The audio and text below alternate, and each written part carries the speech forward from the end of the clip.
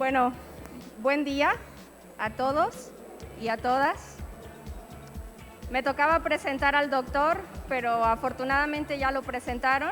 Igual, bienvenido, doctor. Es un gusto para los profesores de Jalisco y de otros estados que nos acompañan el día de hoy, poder compartir este espacio de diálogo crítico en torno a la educación en nuestro país, al papel del magisterio y sobre todo el papel de la investigación. Bienvenido, doctor. Esperemos que sea un espacio de diálogo, de crítica y de análisis y que podamos aprovechar este espacio con usted. Recrear el sentido de la investigación educativa es la conferencia que estará a cargo. Gracias y bienvenido. Gracias. ¿Qué tal? Buenos días. Voy a quitarme el cubrebocas. Me aseguraré que luego saniticen muy bien todo esto, pero como no hay nadie acá, para no seguir respirando mi propio... Muchas gracias. Miren, yo preparé lo que viene, como se dice en el metro en México, lo que viene siendo, le venimos manejando una provocación. Es decir, algo que nos ayude a pensar. Entonces, supongo yo que lo que debo mostrarles, déjenme ver cómo se mueve. ¿Me debo acercar más?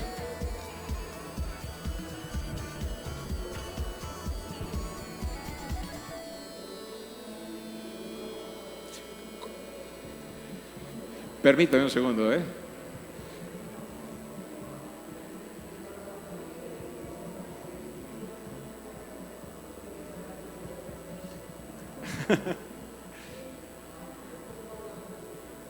Ya se movió, perdonen, gracias.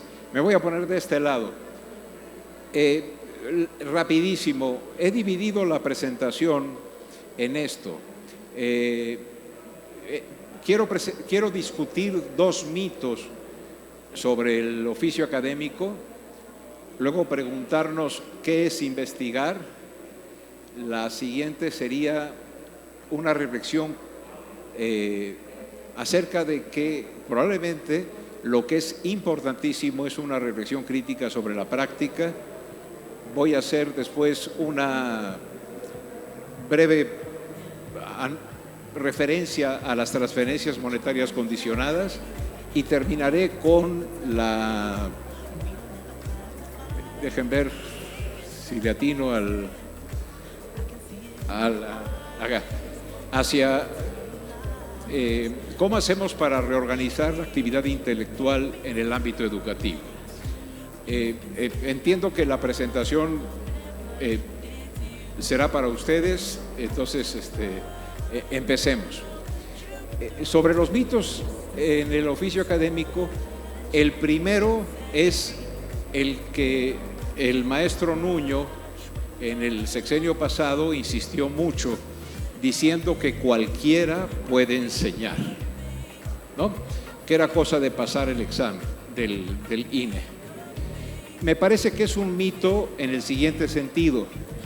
Se supone que si eso es cierto, se cumple con lo que decía Bernard Shaw hace un par de siglos, de que el que sabe hace y el que no sabe enseña. Que esa fue la frase que me dijo mi abuelo cuando le dije que me iba a dedicar a ser profe. Y entonces, fíjense cómo hay una trampa lógica, que para enseñar es suficiente con saber, ¿no? Y entonces, sobre todo pasa en el nivel superior. Ojo, como dice Alberto Arnaut, los profesionales de la educación en México son los profesores y profesoras de la educación básica. En la universidad a mí me contrataron porque tenía un título. Y eso es una barbaridad, porque no hubo ninguna supervisión de que tuviese yo algún conocimiento sobre pedagogía. Entonces, tener un título se supone que habilita para la docencia, ¿no? Y yo creo que decir que no. ¿Por qué? porque hasta donde yo alcanzo a ver, Piaget tiene razón cuando dice que nadie enseña nada, que solo aprende el que aprende. Y también ahí está Freire y todo lo que ustedes conocen muy bien, ¿no? Es imposible que yo enseñe algo a alguien. Solamente se puede generar un ambiente de aprendizaje en el cual súbitamente alguien diga, ah, mira, ya, o para decirlo mucho en chilango, órale, ¿no? Es decir, ese momento en el que nos sorprende y entendemos. Eso dice el profe Piaget. El oficio docente es, sin duda, y esto se nos olvida, uno de los oficios más complejos. Y aquí, si quieren, cito a Aristóteles. Aristóteles decía que la docencia, que la enseñanza, era la actividad intelectual más importante de las personas, porque no solamente basta saber, sino tener la capacidad de compartirlo y apasionar a las personas por ello. Sin embargo, se cree que enseñar es dar clases, repartir latas de atún, ¿no? Y no, es generar ambientes de aprendizaje. Y la mejor definición que yo conozco al respecto de qué es una o un buen docente, se la debo a Anthony Garritz, un colega de la UNAM que ya falleció, que decía, a ver, Manuel, apréndetelo. El mejor docente no es el que tiene el dominio total de toda su materia, de toda la matemática, de toda la biología. No, sino aquel que tiene el dominio pedagógico del contenido a enseñar. Todos hemos tenido profesores y profesoras que saben muchísimo y que son muy malas o muy malos profesores. Y personas que, sin ser eruditos, tienen tal dominio pedagógico del contenido a enseñar que nos hacen posible aprender. Ese es el primer mito. ¿Cualquiera puede enseñar? No. Luego, el segundo es el famoso mito de que la mejor figura para la vida académica es el docente e investigador. Se puso de moda y se dijo, hay que ser docente e investigador. Y yo creo que ahí hay otro equívoco, y estoy usando la noción de mito, no en el sentido de Mircea Eliade, porque los mitos son muy importantes en la cultura humana. No, estoy usando la noción de mito como ilusorio, como falso.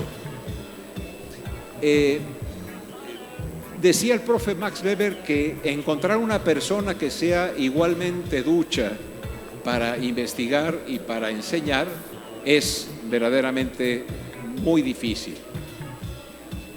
Ojo, hay otro non sequitur lógico.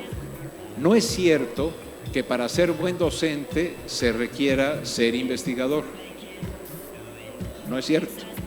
O sea,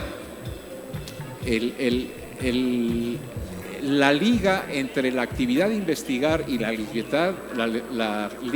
la capacidad de generar ambientes de aprendizaje no es directa ni es inmediata. Luego también se ha afirmado que nuestro proceso formativo en el doctorado o en estas cosas nos habilite para la docencia. Pues no. Las personas que estudian un doctorado en física o un doctorado en biología o en sociología, pues hombre, aprenden, generan conocimiento, etcétera, pero los prepara para la docencia más que una persona con maestría o más que una persona con su egreso de la normal. Yo creo que hay que tener mucho cuidado con estas, ¿no? Y yo creo que hemos caído en la trampa de pensar que ambas actividades, al relacionarse en todos los niveles, son adecuadas. Puede ser que en el doctorado, cuando se enseña o cuando se propone conducir o acompañar a una persona para que se doctore, convenga que lo haga un investigador. pero los cursos que toma en ese doctorado, si es escolarizado, no tienen por qué ser dados solo por investigadores. Yo sé que estos temas pueden ser polémicos, pero nos hemos equivocado. Y entonces se dice que las mejores instituciones, las mejores universidades, deben tener la mayor cantidad de docentes e investigadores. Y eso es un signo de calidad. A mí me parece que eso es un engaño. Y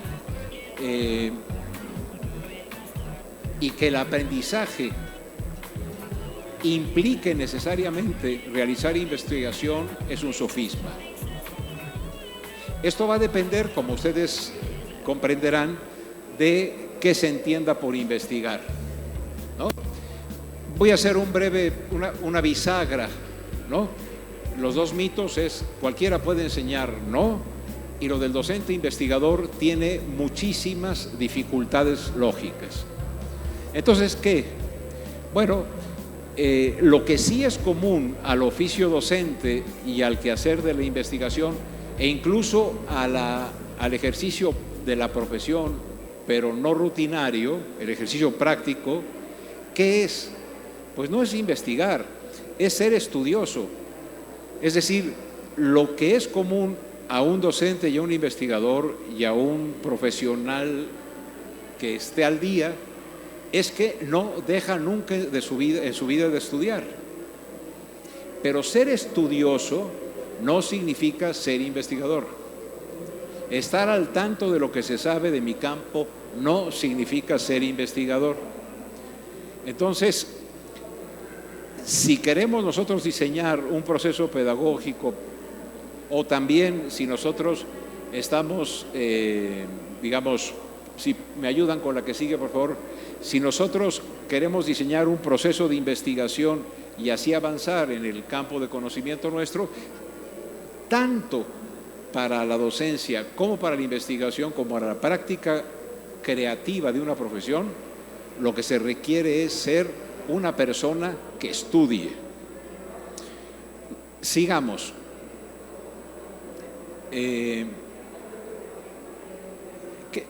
Aquí es donde ustedes van a poder estar o no de acuerdo conmigo, y eso es de lo que se trata.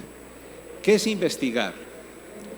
Hay que distinguir que lo que yo ignoro de lo que no se sabe o se debate en el campo o espacio de conocimiento que cultivo. Eso es muy importante. A ver, yo soy un ignorante en cálculo diferencial e integral. Si me pongo a estudiar cálculo diferencial e integral y, digamos, domino eso y puedo trabajar con lo que para ello está implicado, eso no es investigación, porque eso ya está investigado. El caudal de ignorancia que todos tenemos es infinitamente mayor que el pedacito en el que podemos aportar algo. Entonces, estamos en muchas ocasiones confundiendo nuestra ignorancia con lo que no se sabe en la comunidad de investigadores de ese campo. Por eso se hacen tantos refritos, por eso se hacen tantas investigaciones que no tienen sustancia, porque confunden lo que se ignora con la persona, con lo que se ignora en el campo. Esa es una primera idea fuerza. La siguiente es que entonces, y esto es fuerte, y es lo que quiero proponerles, es imposible generar una pregunta de investigación o un problema de investigación en serio si estamos fuera del estado del arte o del estado de la cuestión. Me regreso tantito. Lo que yo ignoro, si lo estudio, hace avanzar mi conocimiento. Fantástico. Investigar es hacer avanzar el conocimiento humano. No es avanzar el conocimiento mío. Y si le hemos perdido el respeto a la docencia, le estamos perdiendo el respeto a la investigación. ¿Por qué?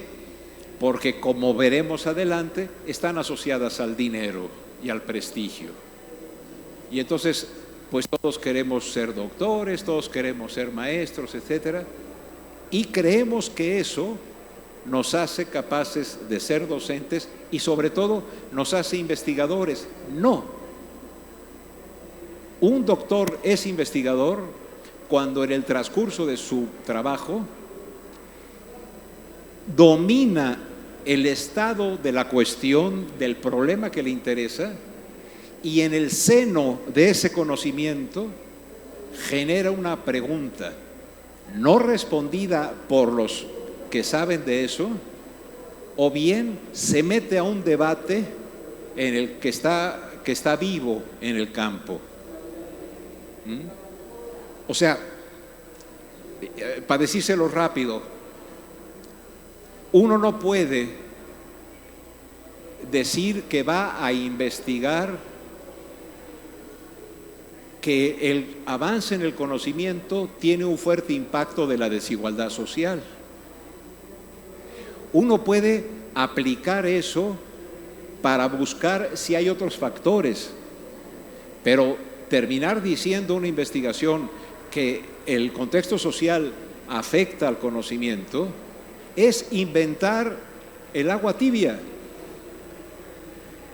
Y estamos repletos en las universidades y en todos lados de investigaciones que no lo son, que son requisitos para tener puntos en carrera magisterial o para pertenecer a esa gavilla de soberbios que somos los del Sistema Nacional de Investigadores. Hay que tener mucho cuidado con eso. Solamente va a haber una pregunta de investigación relevante para el campo si nos ponemos a estudiar qué se ha investigado sobre el tema que quiero, para no volver a hacer lo que ya se hizo. Y eso implica que mi pregunta, que mi interés de investigar lo distinga de una pregunta que interesa al campo de investigación. Es muy importante. A mí me puede interesar el cálculo, me puede interesar la teoría de la evolución, me pongo a estudiar y saco la segunda versión del origen de las especies. Pues me bajan de cualquier congreso de biología y me dicen, no, eso no se vale, Manuel. ¿Por qué en los congresos de educación podemos escuchar 20 veces cuestiones que no tienen bien hecha una muestra, que no tienen una pregunta clara, que no tienen más que regurgitar conocimiento conocido? Por eso dije, quiero venir aquí, como siempre trato de hacerlo, para plantear problemas, ¿no? Y este es un problema que está complicado. La siguiente, por favor. La pregunta de investigar central es que sobre un proceso social, educativo, de salud, de lo que ustedes quieran, en nuestro campo de las ciencias sociales o de las ciencias de la educación, hay que resolver, como dice Weber, hacer una propuesta de por qué es así y no de otra manera. Esa pregunta no la olviden. Cuando nosotros podemos decir, aportar por qué algo es así y no de otra manera, estamos discutiendo con los que han dicho que es de otra manera. Estamos peleándonos con Bourdieu, nos estamos peleando con Giddens, nos estamos peleando con Freire, nos estamos peleando con Ángel Díaz Barriga, con Manuel, con quien sea. Hay que pelear en el mejor sentido de la palabra. O sea, yo voy a contradecir o yo voy a ver qué es lo que falta. La investigación es una actividad basada en la crítica, no es una acción basada en el elogio a los autores. Es un reto, hay que respetarlo. La siguiente, por favor. ¿Qué relación tiene la investigación educativa y la política educativa? Lo quiero tomar medio lateralmente al tema que estoy tratando. Se dice que la política educativa se debe basar en los resultados de la investigación y se le llama política pública basada en la evidencia, en datos duros. Colegas investigadoras, investigadores, maestros, maestras, maestres, investigadores, todos los que están aquí. Es falso, porque la política educativa se diseña por intereses y por valores y se busca la justificación de la investigación. No es cierto que la política se haga sobre un resultado objetivo. No es cierto. Despertemos de ese sueño dogmático. La investigación es un acto político y la política pública es el diseño de procesos de cambio social orientados por intereses y por valores. Cuando Nuño y Choaifet y Otto Granados discutían conmigo y decían: la solución de la educación en México es evaluar cada semana a todas las profesoras y los profesores y quitarles el empleo si reprueban el examen, la discusión era, por un lado intelectual, reducir a un solo factor el problema educativo es inaceptable en términos de crítica de investigación, pero en términos políticos es inaceptable porque lo que estás haciendo es responsabilizar de manera clasista y racista a un sector al que quieres controlar. Eso era la reforma. Y como ustedes ven, el interés político decía basarse en la evidencia. Y ahí estaban los expertos al servicio del poder diciendo: sí, mira, el profesor y profesora que sacó tanto, que es destacado, ultra, plus, mega, etcétera, tiene mejores resultados. Vimos que era falso. La persona muchas veces que sacaba el mejor resultado llegaba al salón de primero de primaria y a los 15 minutos huía porque no podía tener manejo de grupo, ¿no? Pero sí se sabía cuántos dientes de leche tenía Piaget a los 8 años. Cuestión que es estúpida. Y ojo, decir que es estúpida no es un insulto. La Real Academia Española dice que estupidez se define como una torpeza enorme en comprender las cosas. Desgraciadamente lo hemos convertido en un insulto, pero es una descripción. Entonces, por eso me interesaba este punto. Claro que la relación de la investigación educativa tiene que ver con la política educativa, pero ni la investigación ni la política están ausentes de valores. Entonces, cuando les digan: es que esto está basado en datos duros, respóndale: duro tu cerebro. Y cuando les digan que hay ciencias duras y ciencias blandas, duro tu cerebro. Es mucho más difícil explicar la sociedad que el Big Bang, o por lo menos igual. La sociedad es extraordinariamente complicada para poder responder por qué hay relativo cosmos social y no más bien caos. Que es la misma pregunta que los físicos: ¿por qué hay más bien orden en las relaciones de los cuerpos y no se nos cae la luna todas las noches, que estaba preciosa ayer? ¿Sale? Bueno, adelante por favor, si me ayudan. Reflexionar críticamente sobre la práctica, eso es indispensable. Y la reflexión crítica sobre la práctica debería de tener el mismo lugar que la docencia y la investigación,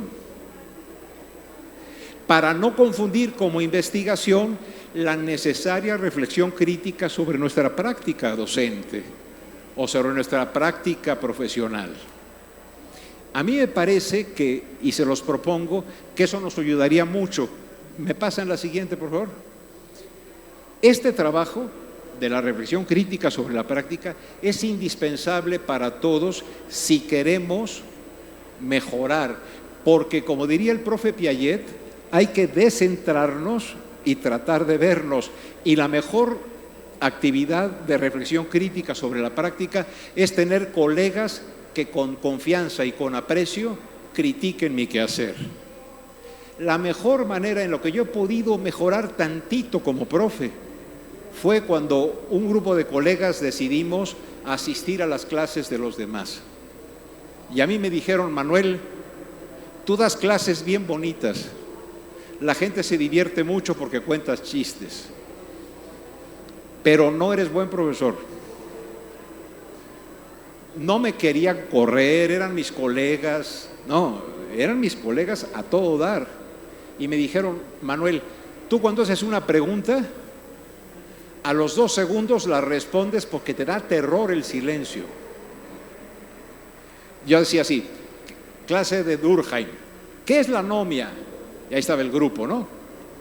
Hasta sentados en el suelo tenía, porque muy buenos chistes del profe Gil. ¿Qué es la anomia? Y como se armaba el silencio, 1 segundo, 2 segundos, alfa privativa, nomos norma, ausencia de normas, ¿verdad? Y todo el grupo decía, sí. Y yo decía, sí, se lo saben. Era mi eco. Y el gran aprendizaje que me hizo mi colega Miguel, que me hizo esa observación, es que al día siguiente llegué a la clase, pregunté qué es la anomia y me quedé callado. La angustia que sentí es el freno que tuve que ponerle a la voy bien, ¿verdad? Que le tuve que poner a mi propia aprehensión, hizo que poquito a poco el grupo llegara a la respuesta, pero me tuve que callar. Esa reflexión crítica sobre la práctica es ineludible. La que sigue, por favor. Y las condiciones para que esto se realice tiene que ser parte del trabajo profesional de las y los docentes en México, que son los intelectuales más importantes del país. No es cierto que los intelectuales más importantes del país sean los que pertenecemos al SNI o los que están en la Real Academia o en el Colegio Nacional. No, son las y los profesores de preescolar, primaria y secundaria, por lo menos. ¿Por qué? Porque de su trabajo bien hecho se generan las condiciones de fortalecimiento de las estructuras cognitivas con las cuales el país va a pensar, con las cuales el país va a ejercer ciudadanía.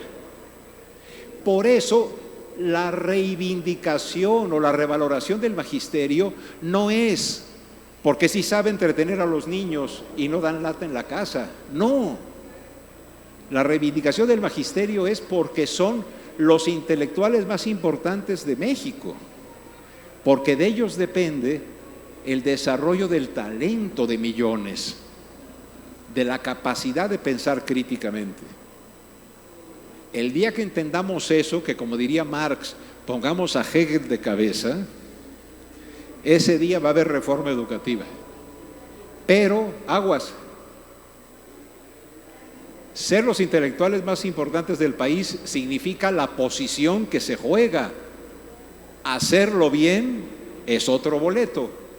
Y para hacerlo bien necesitamos un chorro de autocrítica que deriva de la reflexión crítica sobre nuestra práctica. No es porque seamos maestras o maestros que somos importantes.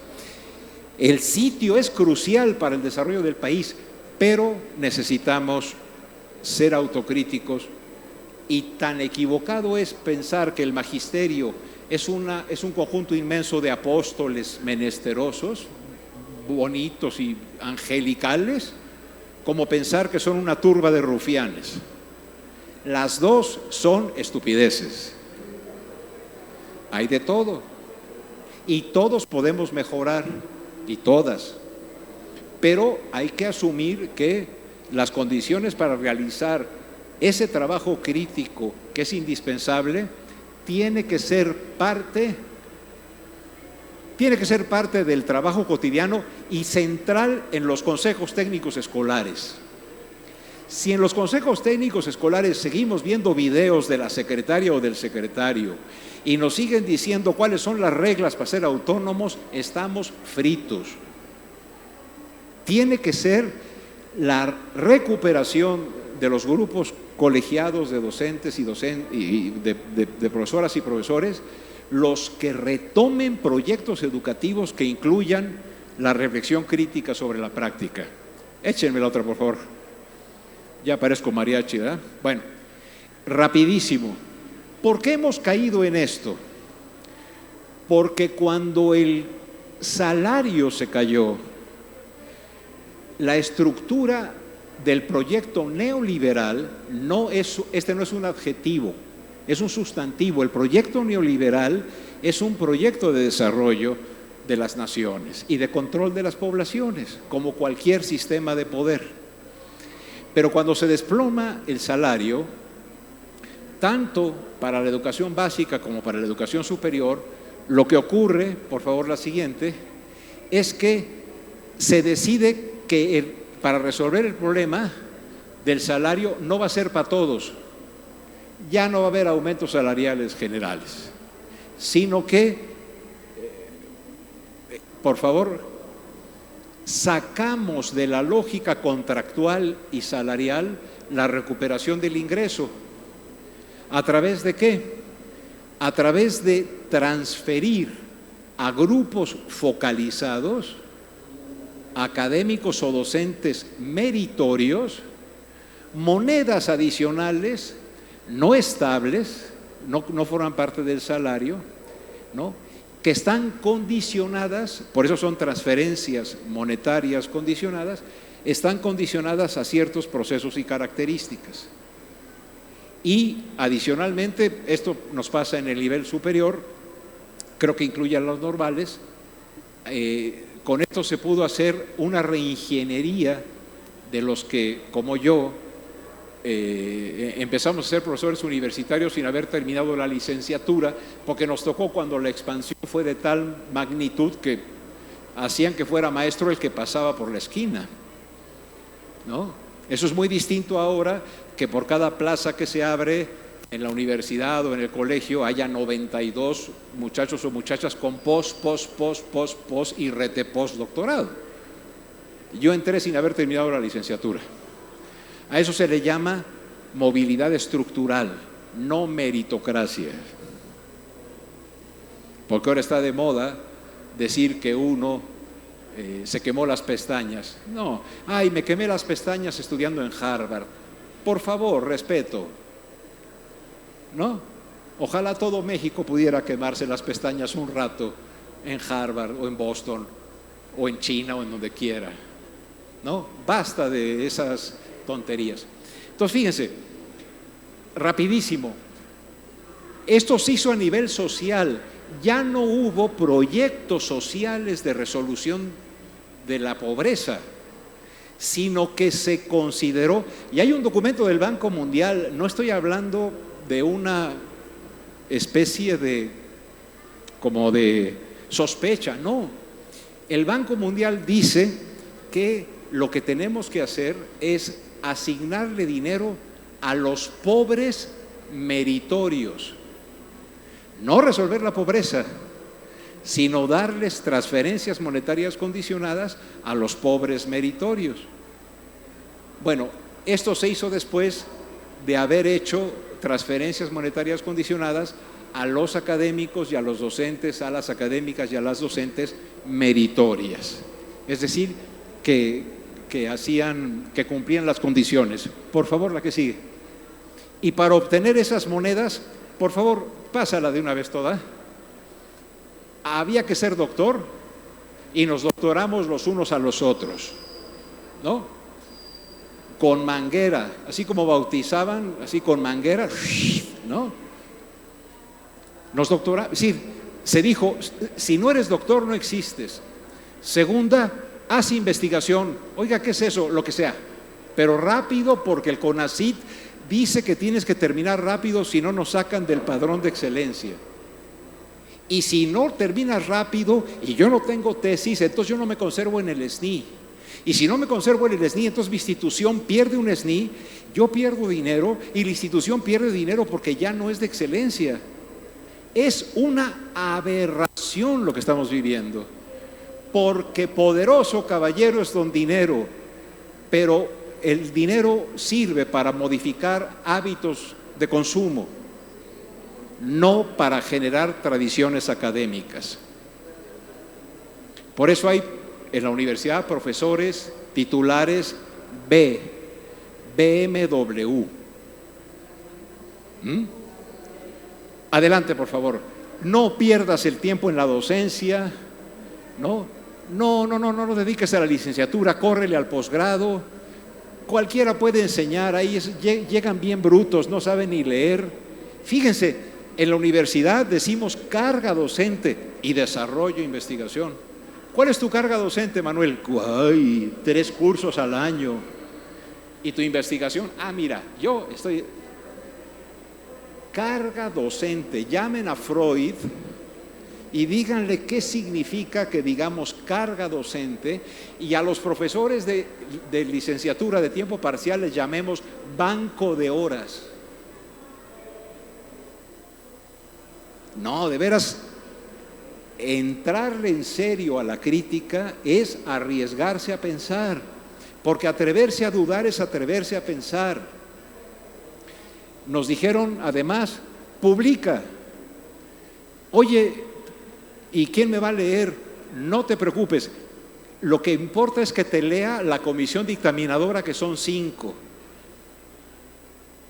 Y tenemos las bodegas llenas de libros y sin lectores. Estamos publicando de espaldas al lector. Y cuidado y escribes en el periódico, o cuidado y haces el video del camión, porque los del SNI te van a decir que eso es populismo, que eso no es investigación, que eso no tiene sentido. Cuando en realidad yo pienso que tendríamos que hacer las dos cosas: buenos artículos de investigación muy llenos de J's, Q's y todas esas cosas que hay ahora, índices H's y todo eso, ¿no? Pero no publicar de espaldas al mercado. Y hay que aceptar ser evaluado por pares, a veces por nones, ¿no? Y ojo, somos nosotros mismos los que estamos evaluando a nosotros mismos. Y como dice Byung-Chul Han, por favor la que sigue, lo que necesitamos hacer es reorganizar la actividad intelectual en el ámbito educativo. Distingamos la docencia reflexiva de la investigación stricto sensu y revaloremos la densidad de la actividad docente, sobre todo de una actividad docente que tenga reflexividad crítica. Muchas gracias. Muchísimas gracias, doctor. Como dicen los españoles, me sabe mal, pero se nos terminó el tiempo. Me sabe mal ejercer presión frente a esta parte polémica y crítica. Es tu chamba. Y lo que me sabe mal también es que no tenemos tiempo en este espacio para hacer preguntas. Parece que se tienen que conectar a la siguiente conferencia, pero proyectamos nuevamente los datos del doctor para que quien quiera entrar en contacto con él y hacer algunas preguntas lo pueda realizar. Invito a nuestras autoridades que pasen a este estrado a hacer la entrega de un reconocimiento al doctor en agradecimiento de su tiempo, de las ideas que hacen pensar y de estar con nosotros en este espacio. Adelante. Muchas gracias y muchas gracias a ustedes. Qué pena que no haya posibilidad de hacer diálogo, pero échenme un correo y le entramos. Muy bien, muchas gracias, doctor. Pedimos la presencia en este escenario del doctor Abraham Sánchez, director de Políticas Públicas de la DGESUM, un aplauso por favor, y del doctor César Santoyo, director del ICIDEM.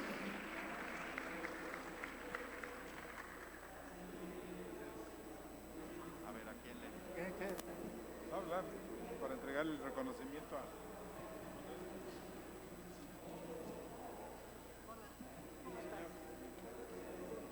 Bien, buenas buenos días todavía, ¿no? Ya son tardes, ¿verdad? Vamos a entregarle este reconocimiento al doctor Gil Antón, Recreami Academy, en la Secretaría de Educación de Jalisco. Agradece su colaboración al conferencista y extiende la siguiente constancia al doctor Manuel Gil Antón en este evento que se realiza el 18 y 19 de noviembre de 2021.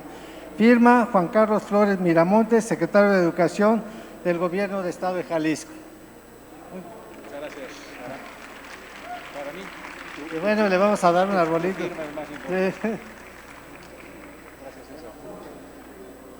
Bien, doctor, pues siempre es agradable entregar un reconocimiento sobre el árbol de la vida y espero que lo guardes ahí en casa o allá en la oficina.